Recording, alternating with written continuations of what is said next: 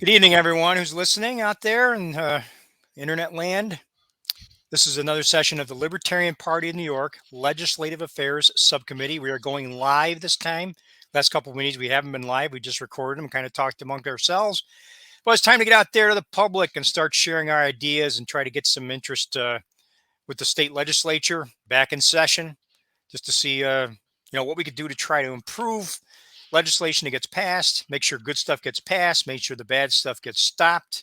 Um, tonight we're going to talk more about things we support. A couple gentlemen with me tonight. I'm Rich Pertel, chair of this Legislative Affairs Subcommittee. Eric Cooper here is a member of the committee, and Jim Dayton here is a member of the committee.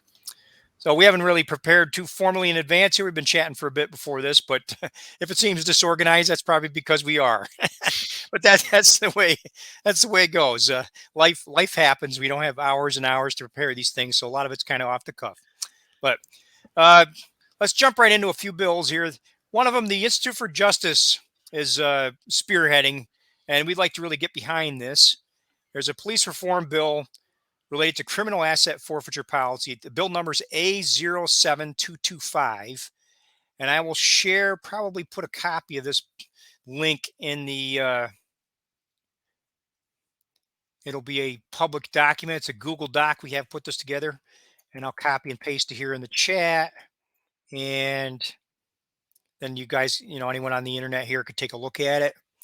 But Eric, maybe you could tell us a little bit about that bill, what your thoughts are about maybe explain to people what's criminal asset forfeiture, what's civil asset forfeiture, and why is one good and one bad? I'll kind of lead you in there.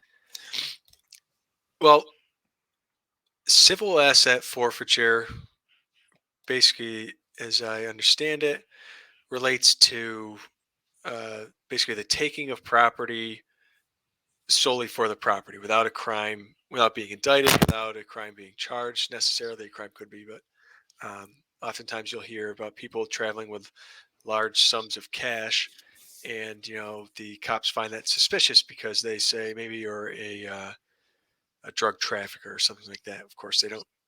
There's no evidence of that fact, but they're going to take your cash anyways. So what this bill does basically is provides limits on how that's done and creates a process for it. Whereas right now it's pretty loose. You can just sort of do it to a large degree. Some states have started to crack down. This would make the police have to go through a lot more hoops to do this, and actually, I believe, bring charges based on my reading of this. Correct. Yeah, I mean, ideally, I think what we'd like to see is no more civil asset forfeiture, only criminal. People should be charged and convicted before we start taking their assets, because the bar for civil forfeiture is much lower.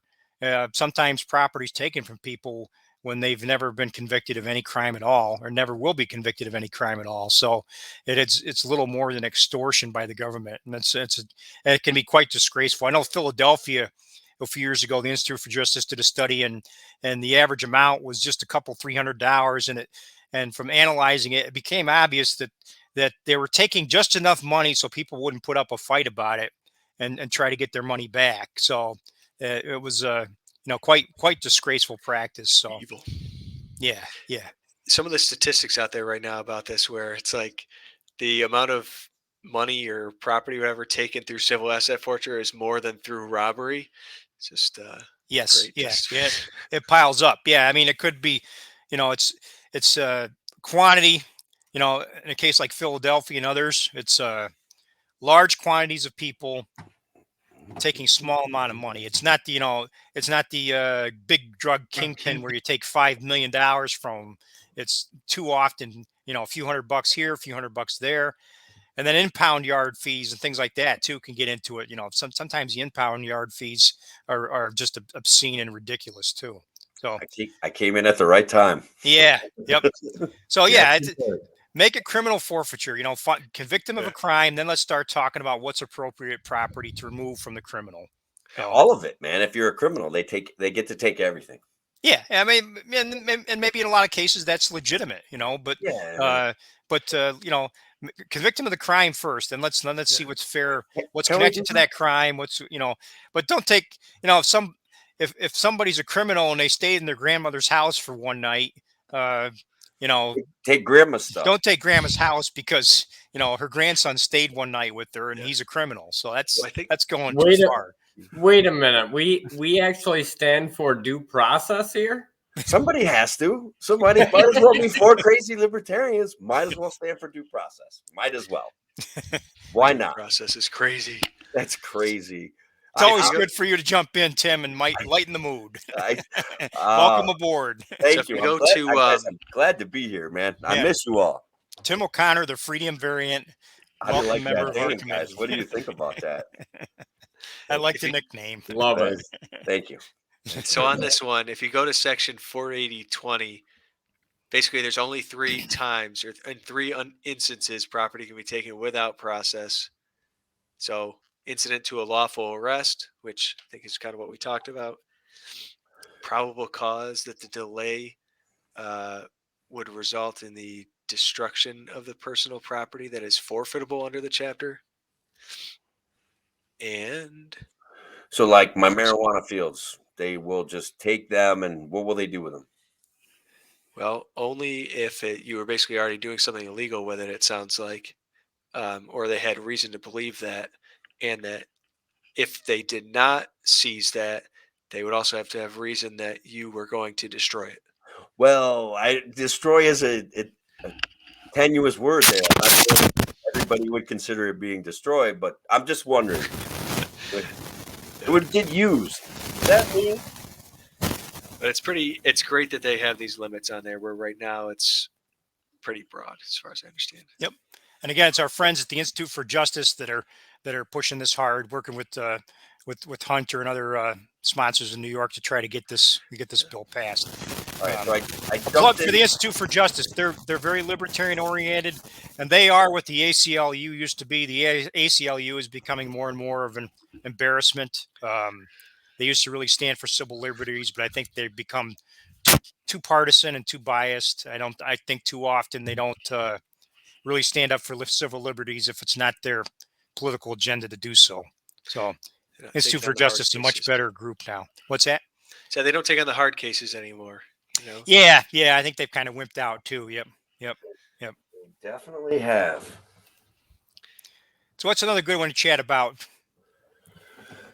Well, as always, people reach out to me about the surplus proceeds notification and the what they're calling the land tax confiscation issues, where if you don't pay for X amount of times or you make a mistake in paying, like they come, they take your property, they kick you off, and that's it. And people are very upset about that. It's consistent. That's that bill 87579 is to offer notification.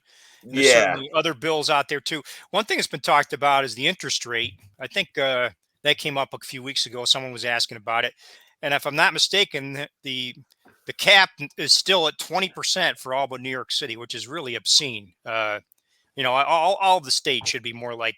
I think New York might be 8%. Don't quote me on that, but something in that realm, 7 or 8%. That's probably more appropriate for the entire state. Or I would rather see like 6% for the entire state. But it's 20%, I believe, and I don't know how many municipalities hit it right there at 20%. But I wouldn't be surprised if it's quite a few of them. And plus fees on top of that. All those fees can sometimes be obscene as well. We beat up on poor people, man. Like that's a reality. Every single step we turn, like people are having problems with their taxes. They're not doing it out of malice. Okay, like they maybe have given up on the state. So I get it. The state's going to get that property no matter what. There's no reason you can't treat them fairly. Agreed. Yeah, there's a serious war on poverty, and it's attacking those who are impoverished right now. The war on poverty has been incredibly successful, putting more people into poverty. Maybe we could call it the war on property. War on the rights to own property. There you have it. Yeah. Yep. What are some other goodies there that interest you, Eric? Oh, I love talking about zoning. And zoning. 07574 S07574 limits municipal zoning requirements. Yeah, and we were Let's looking at that before we went live, and that's got some interesting language in it. Yeah. So it's one of those areas where the Libertarian Party aligns pretty well with the progressive wing of the Democratic Party, where where they're dealing with a lot of high housing costs in a lot of areas. They have correctly identified zoning requirements as one of those hindrances to building new housing and reducing the costs of housing. So this one would return the ability to use and subdivide your parcel as you wish back into the property owner's hands. Correct. Outside of the, elected bodies that, represent maybe 10 or 15% of the voting public. The property owner knows best how to use its property. Correct. To use the property. Yep. And so if I want to take my acre lot and divide it into 6 other lots to build houses on it, I want to make a little money on it. I want to have some neighbors, some community. I'm allowed to do that. Now, a lot of communities are more than willing to change zoning for specific large investors who want to come in and build affordable homes. Is that what we're talking about? We're standardizing it. Well, go ahead.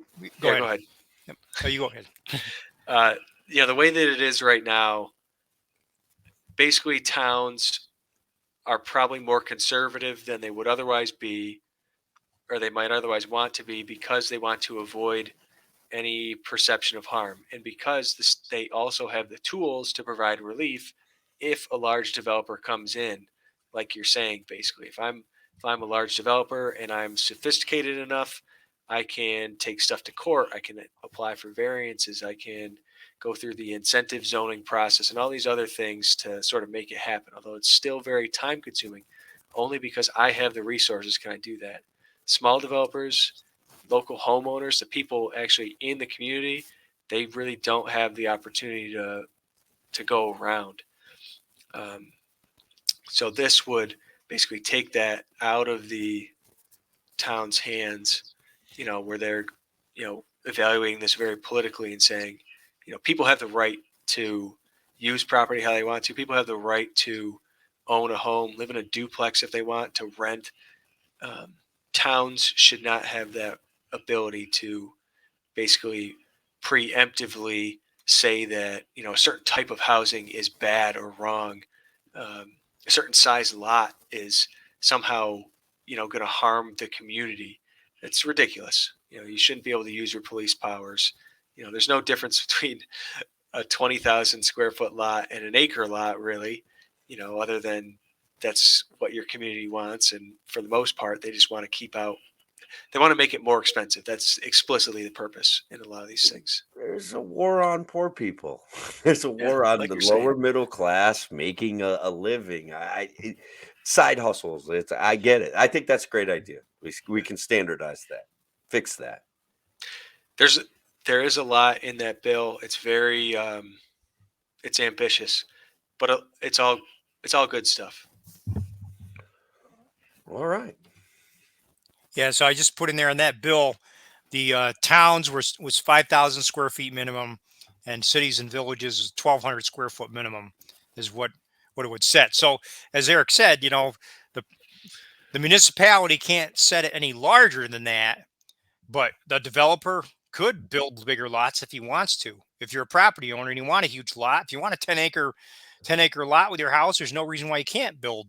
If you buy that much property and you want a house in the middle of it, go ahead.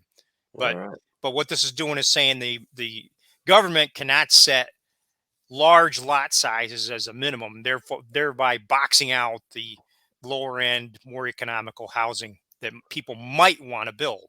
So it's not forcing you to build this these small lots. It's just saying you can. If the market wishes to build smaller lots like this, the market can do so. The combination of the demand of the consumer and the desires of developers to build the smaller lots, they, if the market's there, they can build it. anything that says you can do what you want, I will back that. I agree, man. We've got to turn over a better system to our kids. Kids like Eric who want to actually make their lives here in this state. We need to offer. There needs to be more opportunity for them. Yeah, especially right now where basically the places that people want to live, there's so little housing. It'd be great to buy a house at some point. Yeah. Well, one good thing, if we keep chasing people out of state from our bad tax policies, there should be a surplus of housing eventually. But that's probably not a good business strategy. But yeah, if the government wants to keep making it awful to live here, eventually there'll be plenty of houses. Yeah, we'll all have 100-acre lots all to ourselves. Yeah, there you go. That would be awesome. All right, so what are some other good ones there? So we have, again, I put this list on Tim and Jim's pages. I put this Google Doc out there. Perfect. And anything you click that's in blue, if you highlight it, it's going to show up. It's going to take you to a link where you can actually see the text of the bill. So we've got that set up so you can, and we see who the sponsors are, co-sponsors, if there are any, whether we support or oppose, and then what their current status is. With the new session now, a lot of these have been kicked over into various committees as of early January. We have none of these on this current list shows up as scheduled for a floor vote. Once a bill's scheduled for a floor vote, there isn't a lot of time left then to either support it or oppose it. It's probably going to go to the floor, and the political reality tends to be in Albany is when it's scheduled for a floor vote, they usually are pretty sure what's going to happen. It usually means it's going to be approved. They don't get many bills to the floor that don't get approved. All the games have been played before they put it on the floor calendar. Once it's on the floor calendar, if you don't like a bill that's on the floor calendar, God help you, because that's probably going to be very, very hard to stop it when it gets that late. The Heroes Act, right? Didn't Yes. something in the assembly, they passed like thousands of bills or something like that in a row before they passed, or before they voted down one. And the only reason they voted the one down is because it's the district amendments bill that they basically have to in order to adopt their own district lines. I think that, yeah, I know. Like in the last 2 or 3 days they vote through like 1,100 bills, like just machine gun. Yep. Oh, you want to name a highway after your neighbor? Yep. Okay, let's do that. That's a law. Let's do this. Let's do that. They hours. They're in there for 12, 15, 20 hours. Just yes. Yep. Everybody's voting the same way. It's like, all right. I don't know. Can we government and work? Yep. Is that what it is? Yeah, they do all that. Well, they just yesterday passed a referendum or whatever they want to call it to restrict debate in the legislature. We can't have that is a complete disaster. That pretty much says your elected representative doesn't really matter because they don't have a say in what we're doing. If the executive approves it, everybody else should too. That's it.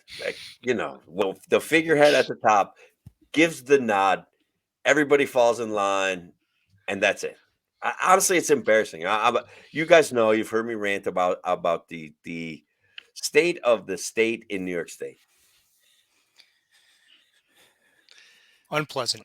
Now, that bill at the bottom there, A08683, A08683, our good friend John Salka, one of the few respectable, decent, caring, sensible legislators we have in Albany. Very, very, very good gentleman. John really Salka. Is a good guy. Yeah, he is a really good guy. I don't care what party he belongs to. It's just he's just a decent person, and we need more people like him in Albany. But he's trying to roll back to the 2019 signature requirements, which would give ballot access back to the Libertarian Party, the Green Party, other parties that lost it due to the sudden jump from 50,000 signatures or excuse me, 50,000 votes required to get ballot access, all the way up to 2%, which is like 130, 140,000. So yeah, it would restore ballot access to parties like the Libertarian Party. So obviously we have an interest in this bill for that reason. It would also make it easier for the independents to get people on the ballot again. Go back to the 15,000 signatures needed that we had in the past instead of now being 45,000. And it might be tough to do, but he's even gotten this bill shifting the petition collection period for the independents back into summer. Yeah, boy, that would be great. If you need to get huge numbers of signatures from people, it's very hard to do it in winter. You got short daylight hours. Those of us upstate, we don't have, you're not going to find a fair in the middle of April, summertime. So, Eric, getting signatures back in the summer will make it easier for us to get those numbers again if we need big numbers. So yeah, everything about Salka's bill looks great, and we're looking for. So please share this far and wide. Anyone out there listening, try to get people. I think one of the things that I reached out to John to thank him for this, and look, that's the other decent thing about John is like he takes the time to respond to his constituents, and I'm his constituent. And guys, as you know, I've ran for political office before. I wanted a state level office. I will not run against John Salka because I will support John Salka. He's patient, he's kind, he answers your questions, and I reached out to thank him for this. He needs co-sponsors, and ideally a Democrat, upstate New York Democrat would be a great co-sponsor for this bill because they know, right, that what was done was malfeasance, and it was done to get a bigger share of that $100 million that the taxpayers are going to be funding for the Democrat Party and for the Republican Party, the public campaign financing. Are there any dirty and in all reality, does anybody only want two choices for your dinner, or do you want to be able to pick? It's not just broccoli or cauliflower. I might want corn. Tim might want some peas. Yeah. Whatever. You want more than two choices in your life, right? You do. Yeah. That's what we want to vote for. We want more than two choices. We're sick of two choices. They've screwed us up and down. They have, brother. They have. Absolutely. It's horrible when we look at the history of New York State. As a matter of fact, you guys probably also have heard me talk about this. There used to be an upstate New York Democrat coalition that would work with guys like John Salka about the legislative reality in New York State. And a concession was extracted from Andrew Cuomo to keep the working family party line. And that whole Democratic coalition was destroyed. They got primaried, they got kicked off the ballot, they got fought with in their own party, and so now it no longer exists, and was very disappointing. I didn't even realize at the time how awful it was. Yep. Yeah, it was a Cuomo power play for sure. That guy's gonna run again. I'm telling you right now. We're not done with him. All the charges have been dropped against that guy. I don't know if he'll run again, but he's definitely going to make life difficult for a couple people. He might be appointed into the Court of Appeals. Since you bring that up, Jim, that's a good came segue. up. Good segue. Yeah. I closed the document there, but anyone, it'll be up there again on posted as a link to Jim and Tim's page. The highest court in the United States is the Supreme Court of the United States, right? The SCOTUS. Correct. Why isn't the Supreme Court the highest court in New York State? The highest court in many other states is called the Supreme Court. I mean, if you want to get a pizza and you want everything on it, you're gonna order Supreme, right? That's supposed to be the best pizza. That's a good analogy. I just think that, and this has been a point made for years, is that I think it's deliberately confusing in New York to have the courts named as they are. I think the highest court in New York State should be called the Supreme Court, and then have other court names, appropriate Court of Appeals, whatever, before that. But the naming convention in New York is odd because the Yeah. Supreme Court is the third highest court. You got the appellate court and the Court of Appeals above the Supreme Court. So it's goofy. I think, and then what's happened the last couple of days with with the Long Island Nassau County, that judge throwing out the child mask mandate, and then I think a lot of people realize, oh, that's the Supreme Court. Oh, it's a final decision. No, it isn't.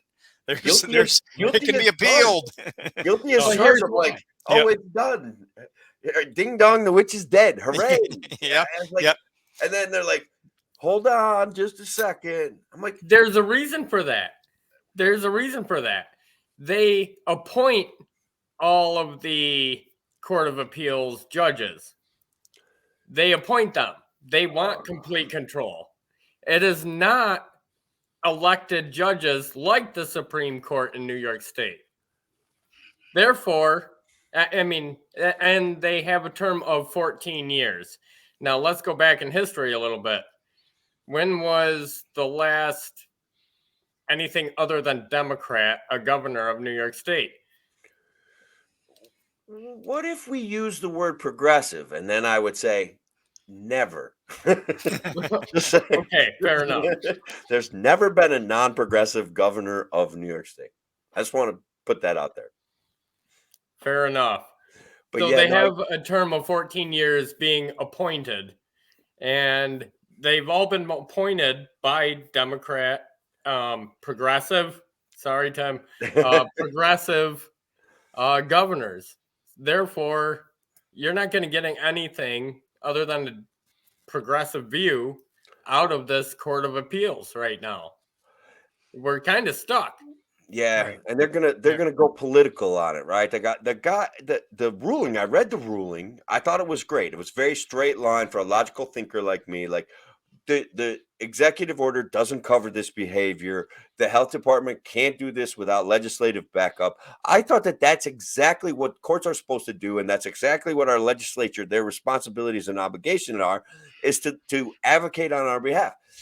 So I loved the ruling. This guy is now going to go, well, they demonstrated X, Y, and Z evidence that makes that their position about the mask mandates fine. And guys, it's going to delay Kathy Hochul spiking the ball and saying, oh, look, I beat COVID for you.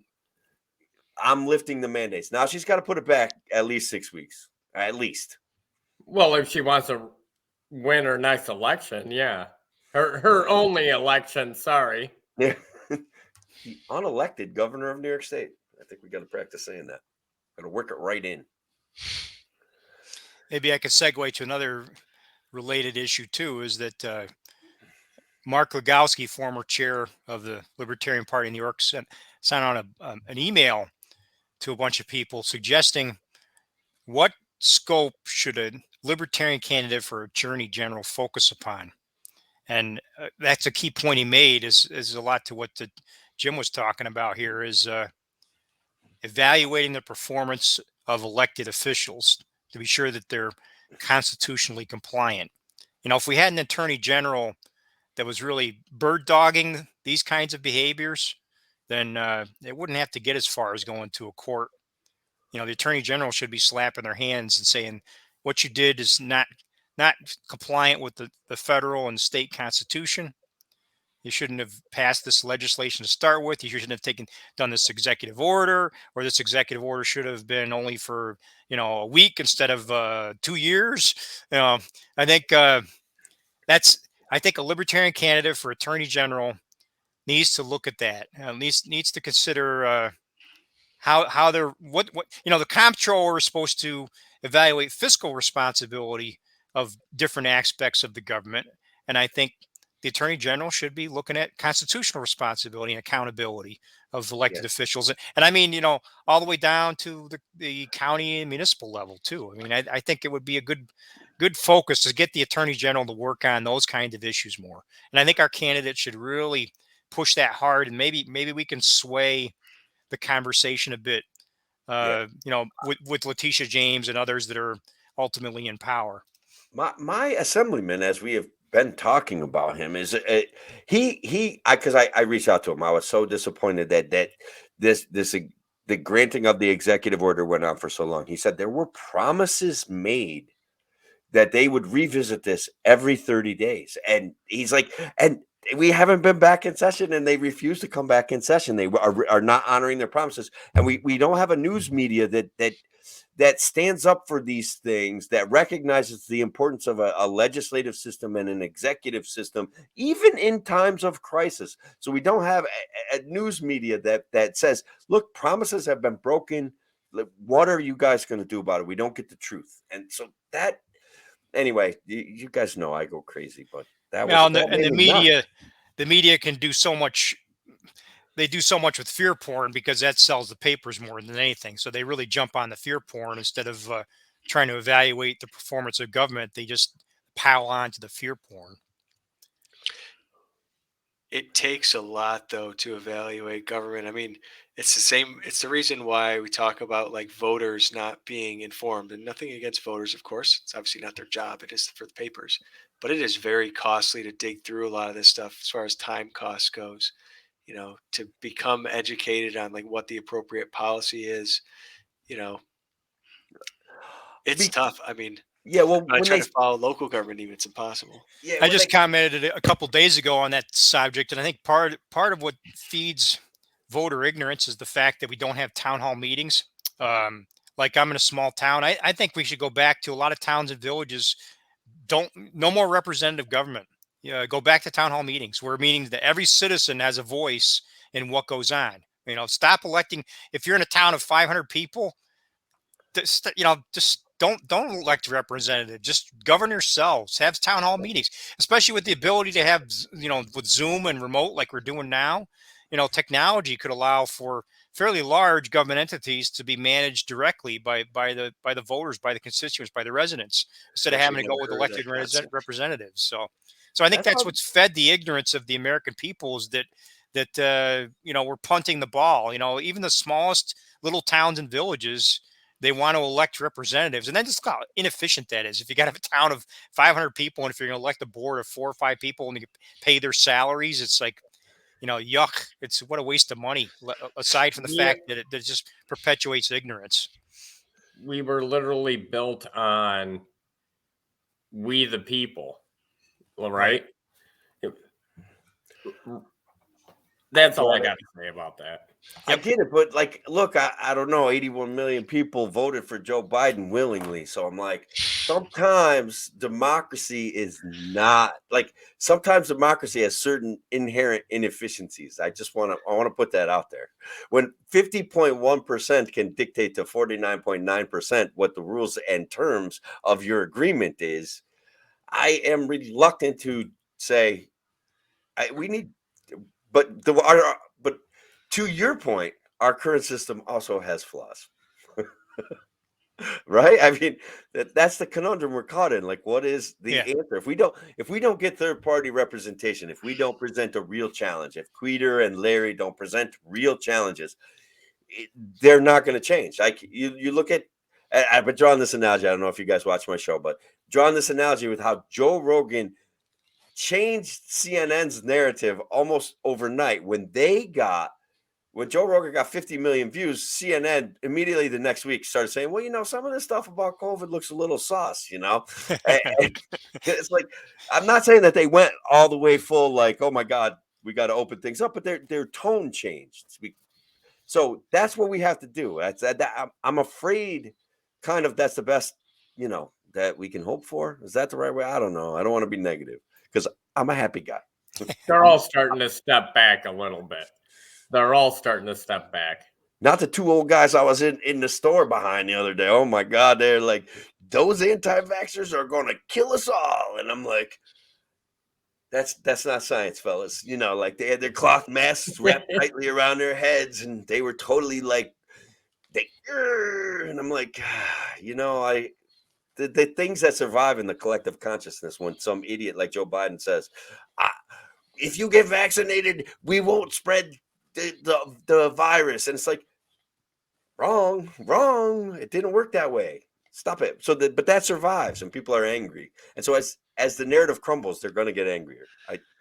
Are you guys on TikTok at all? No. No. I mean, All right. So these two old ladies, I'm not 12. these two old ladies beat up this black guy in an elevator because he wouldn't wear a mask. I'm like, it's on TikTok. It really happened. It's like I that's where saw we're at. that. Yes. Yeah, you saw it. So you're not on TikTok, but I don't know, man. Like they're not done with us. All right. Well, Kathy Hochul can't let go of this mask mandate and still says the reason why schools are open is because of testing and our mask mandate. I don't know how she draws that conclusion. Like, where's her data that backs that up? What happened is they changed all of the standards and guidelines and said, look, we need to keep school open because this is crazy. People are, giving up on school. And so kids can test to stay in school now. But like kids are like getting the sniffles and they're like, don't test. Just stay in your corner and keep quiet. Don't sneeze out loud. Whatever. We got to keep the school open, right? Contact tracing. What's contact tracing? That's gone, right? That's done. The reason why it's done so that we could keep schools open. That's the reality. So they changed the rules, but not the rules they think they changed. Yeah. Or something.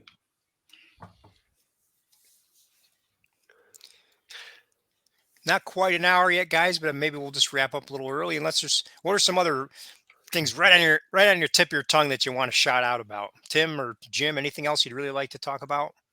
Right now, guys, I'm it has nothing to do with the New York State legislative agenda, but I'm incensed about the behavior coming out of Neil Young and the entire Canadian nation. I'm incensed about it. I'm absolutely losing my mind. The guy, Crosby, Stills, Nash, and Young, for dead in Ohio, the anti-Vietnam legendary, let's all rock in a free world. That guy has lost his mind. And so has the entire country of Canada. There's 70,000 trucks that are going to descend on Ottawa this weekend. And they're saying to protest roads. The road conditions are bad. 70,000 trucks are going to Ottawa to protest the roads. That's when and that's the problem with state-sponsored media. That's the Canadian Broadcasting Company that's state-sponsored, right? The Toronto Star says, hold up a sec. Why don't we try to tell the truth about this? Because 70,000 trucks may or may not show up in Ottawa, but it has nothing to do with the road conditions. They're literally driving here. Like, does anybody believe this? Oh, damn. I thought it was the Yeah. roads. No, it's not my roads. It's my mandates. It's my mandate. I can't make the money. I can't drive across the border no more. Yeah, it is pretty tough here in Niagara Falls, especially. Ah, There we saw a huge jump when the border was like largely open anyways. And then they kind of closed it back down recently. why would they do that? Because I don't know. This is dystopia, fellas. Like I don't know. It's driving me crazy. So that's where I'm at. That's what I've been focusing on. I've been trying to disseminate the news about that, and people are livid. But it's real. This is real stuff. I wanted it to be fake. I'm not afraid to post a fake meme to get people to like make fun of me. I have no problem with that. This one is real, man. Yeah, Joe Rogan versus Neil Young has been an amusing side story. Spotify Yeah. said, "Sorry, Neil, you haven't had a hit in a couple decades." Yeah, I was gonna say, did they just take down Neil Young's music but left like Crosby, Stills, Nash and Young, like the good stuff? Well, there is issues of that, right? Like the intellectual property rights there. That maybe you'll be able to find most of Neil's really good stuff on Spotify anyway, because he doesn't own it. He sold it decades ago, right? He sold the rights to it to I don't know, fund vaccine research. I guess I'm not sure. Yeah, Whoops. that's what I saw. He sold all his rights to his music, and now he's like, "Don't play my music." You don't, and they're like, okay. Yeah, what's Terms of ironic is that a guy like him, 60 years ago he was protesting the government, and now he's sticking up for the government.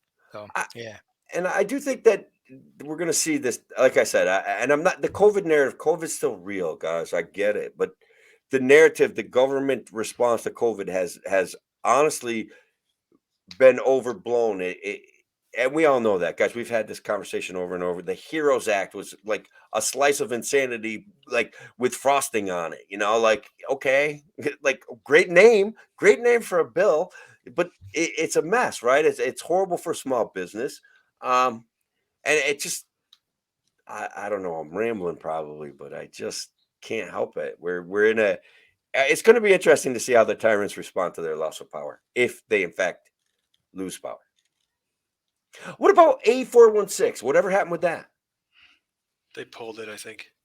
Now, again, my assemblyman said that they pulled it, but I haven't seen any official thing on that, because I did always want to have the conversation about that with everybody. And if there's people watching, like the reality about A416, do you guys know when it was written and what it was written in response to?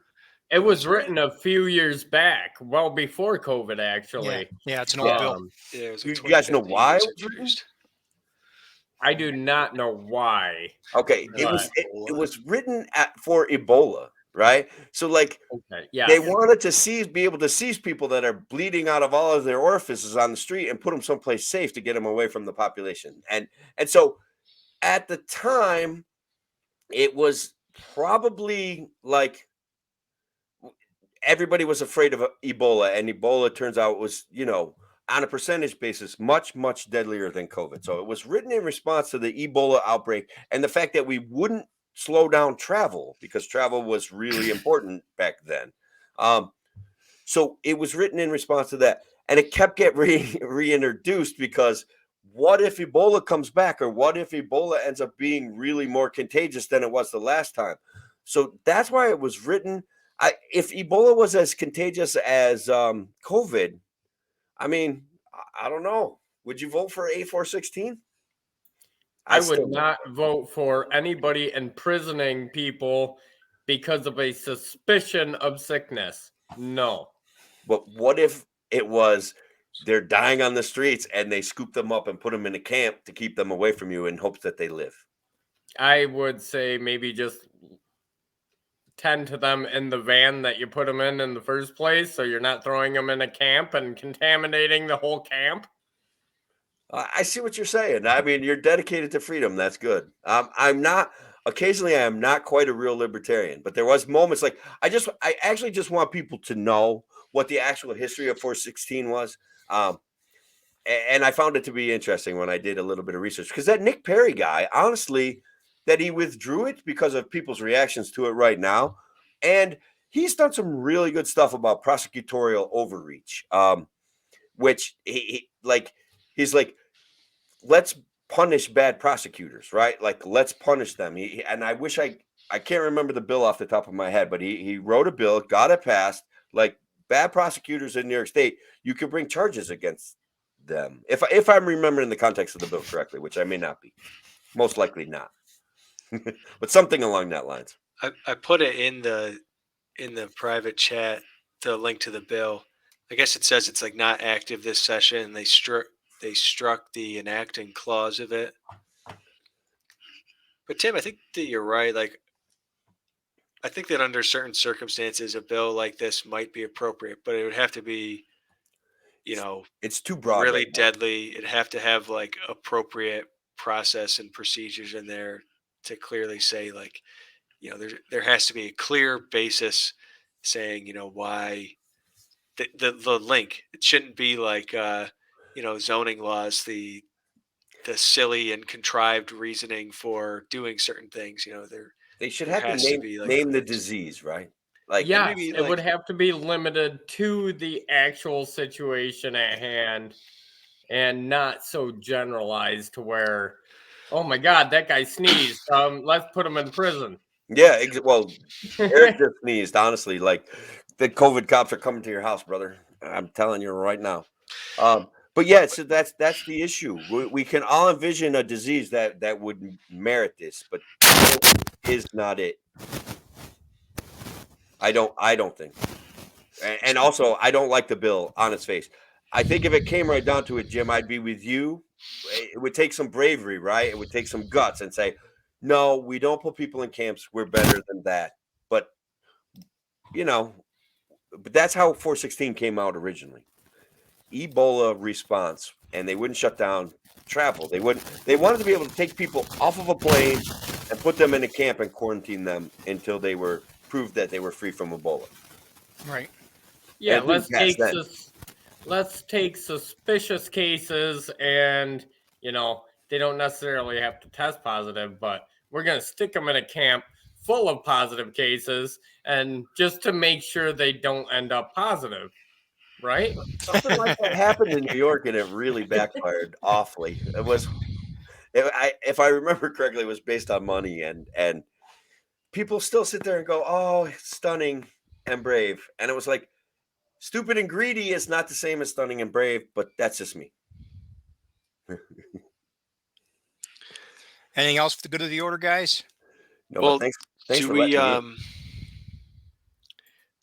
are we just going to kind of like set priorities like later on, or how do you want to do that as far as like what ones to sort of push through the various apparatus? One of the questions I had was, say we have and highlight, a couple bills that we want to push. Um, how can we work with, the LPNY and, like the LPNY Twitter page or whatever to, get the word out about these different things that, the committee wants to highlight and push forward and try to get it in front of people to easily get them to write their legislator or whatever.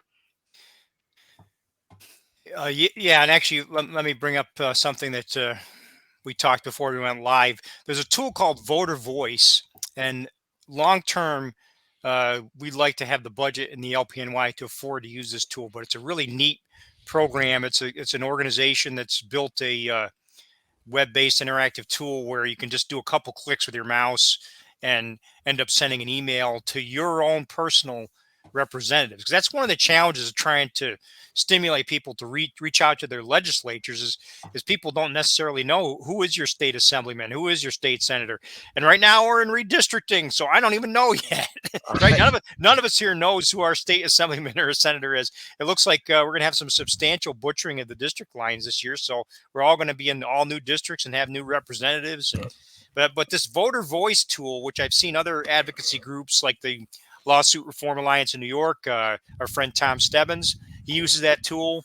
The New Yorkers for Constitutional Freedoms, which is more of a religious, faith-based group, they're using voter voice. So long term, we'd really like to see that kind of tool where it makes it easier to reach out. But yeah, to answer your question, Eric, now it's not as easy. We could say, hey, here's a bill.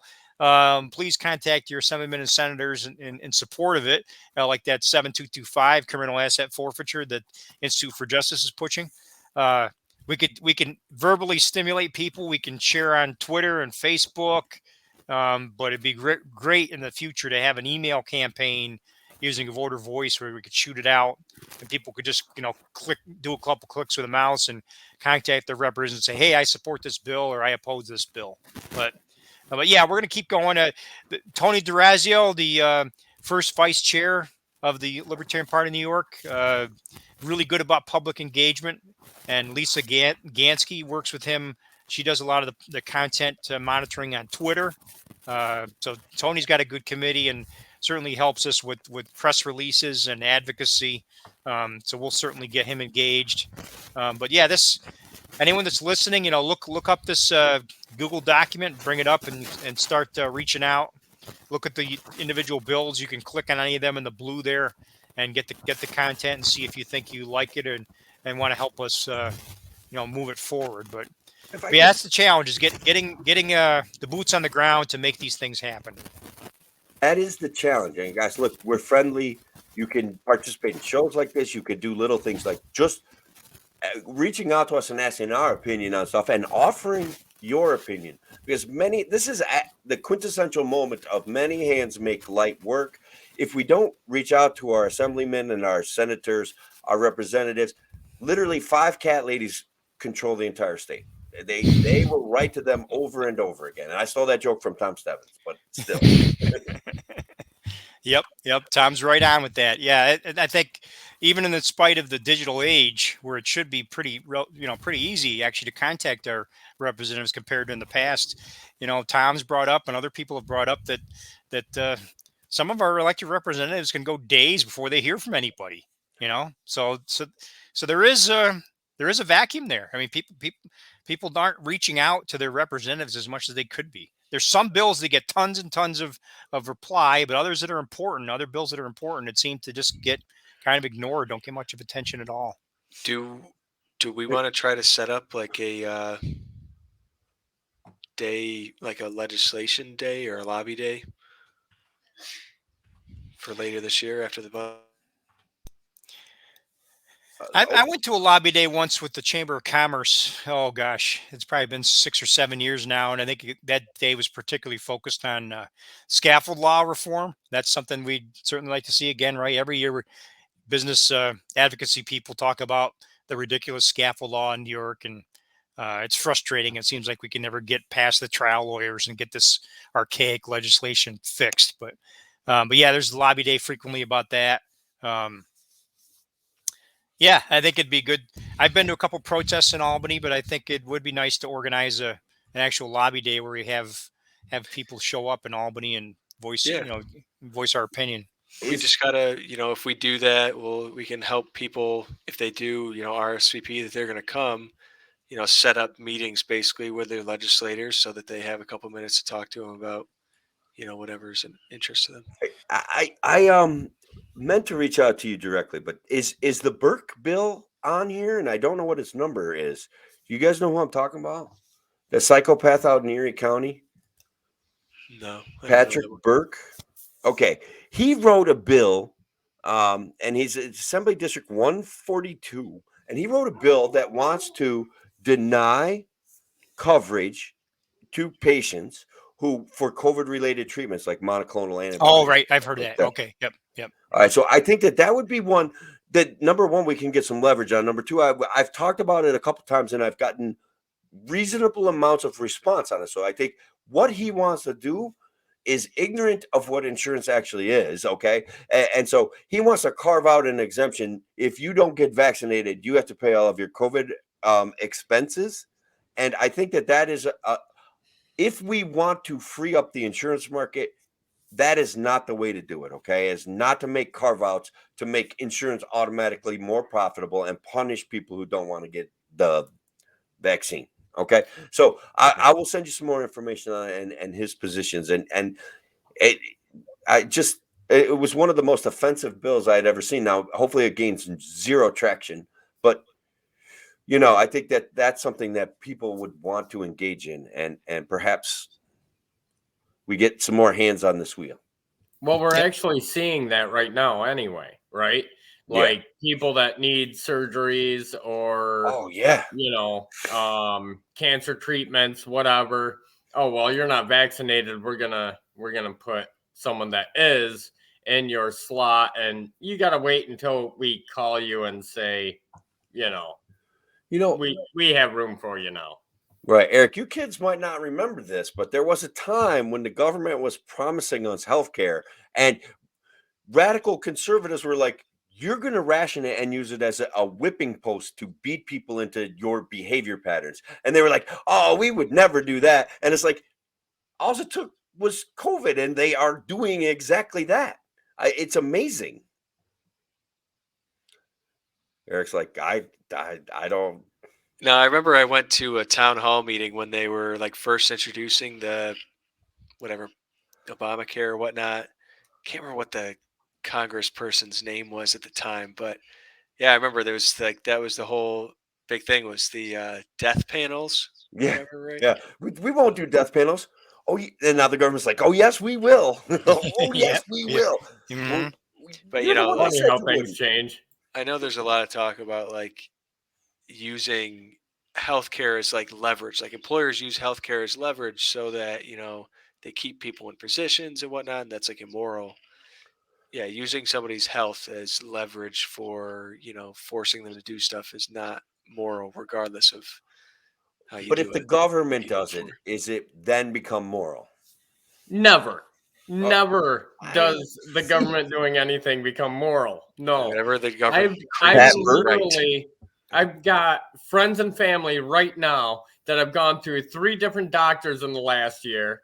They can't get their prescriptions refilled because they're jumping between doctors, don't know who's supposed to fill what, and it's a complete freaking mess right now.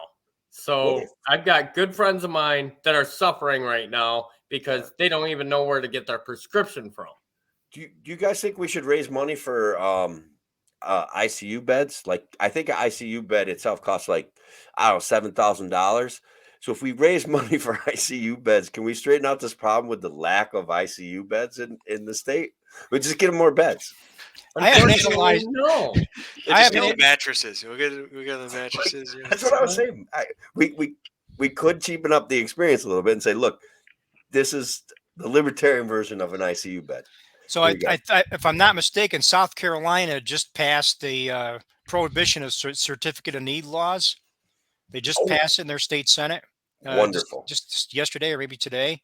But I haven't analyzed. I don't know if Eric's looked at it or Jim or Tim. But how does New York compare to other states on CON, certificate of need laws, where hospitals are deliberately kept in a perpetual shortage because of this market protectionism policy called their certificate of need? I don't know how we compare New York to some other states, but that's certainly an initiative. If CON laws are ridiculous, they should not exist. Hospitals should not be regulated in that manner. If there's a market to add beds, add beds. It shouldn't require you to go through legislation and jumping through flaming hoops to make sure that there's a market, a certification of need before you get the ability to add more beds. Well, what good is the certificate of need if at the beginning of the coronavirus pandemic, Otsego County had 12 ICU beds, and now 2 years later, Otsego County has 12 ICU beds? Like, who's in charge of the certificate of need? Like, who changes that? Like, that's what I'm saying. Let's give them beds. And we'll put a sign on it and say ICU bed, like that, and then they got them right there. Yep. Yeah, Well, that's not the just that though, right? They also have a regulation on how many doctors and nurses you have to accommodate each bed, right? That are on staff for whatever hours of the day. So there's a whole lot of regulations in it. Doctors and nurses aren't just allowed to help people as they need help anymore. It is regulated by the government, which is the most backwards freaking thing I've ever seen in my life. Until the next backward thing comes out of the government. That's all I'm saying. Yes, they are surprising me every day. You're right. Well, anyway, sorry guys. I just had to bring up that Burke thing. I think it's something that, if we communicate it right, like that insurance is highly regulated. That Rich and I are, at least on some level, through our insurance dollars, sponsoring people that are going to have kids, like Eric, like and Amy's already got kids, but like, so change it so I don't have to pay for any of that stuff, and see what happens to Eric's insurance, and we'll be all set. Like deregulate it all the way, and let's see what happens. You just need to stop using government to achieve political goals. What? Right? Like, Yes, it's I love it. offensive.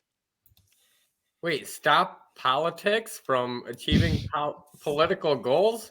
I'm really confused. That can't happen. How am I going to get elected without telling lies?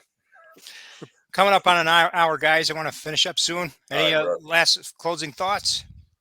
I just Don't put it get in the me chat. The started again. certificate of need stuff for New York State, at least for the Department of Health. Yeah, It's just funny. Acquiring major medical equipment you need a certificate of need. Like, I think this is going to be good for people's health. Is not good enough. Yeah, no, that's no reason for that. All right, don't get me started again. Let us end this show before I start going off on another rant. I'll move that in the comments section, Eric, and then we'll close up here. Anything else, guys, for the good of the order? You guys are rock stars. You are. I shared that out there, Eric, so people can see that online, the CONs. But yeah, I'd like to see a benchmark to see how terrible is New York compared to other states. But yeah, I think every state in the country should be using the COVID crisis as leverage to can all CON laws, because the whole concept is absurd, and it's why we pretty much always have a shortage of beds. I will say New York is almost always in the top 49 to 50. In shortages. in shortages and overall badness and stupidity. Yeah, unfortunately, you're probably right. Yeah. On that Wow. note, I will end the broadcast. On that note, we'll talk to you guys later.